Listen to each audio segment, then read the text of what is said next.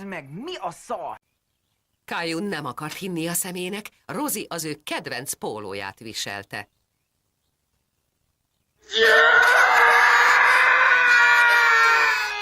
Anya! Mi történt, Caillou? Ez a felső Rozin az én mackós felsőm. Rád már nagyon kicsi, ezért odaadtam Rozinak.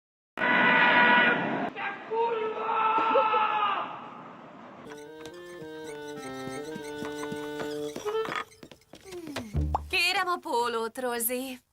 Mi a lófasz?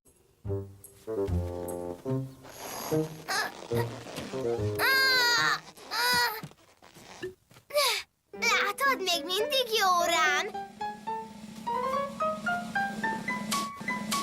Tökéletes. Rendben. Ciki, ciki.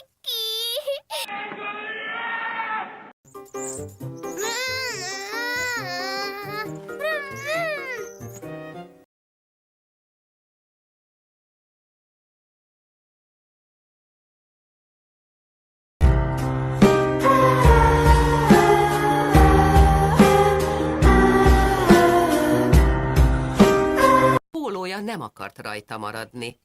Lehet, hogy tényleg túl kicsi volt rá, de hirtelen támadt egy ötlete.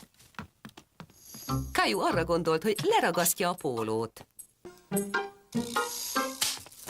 Maradj így!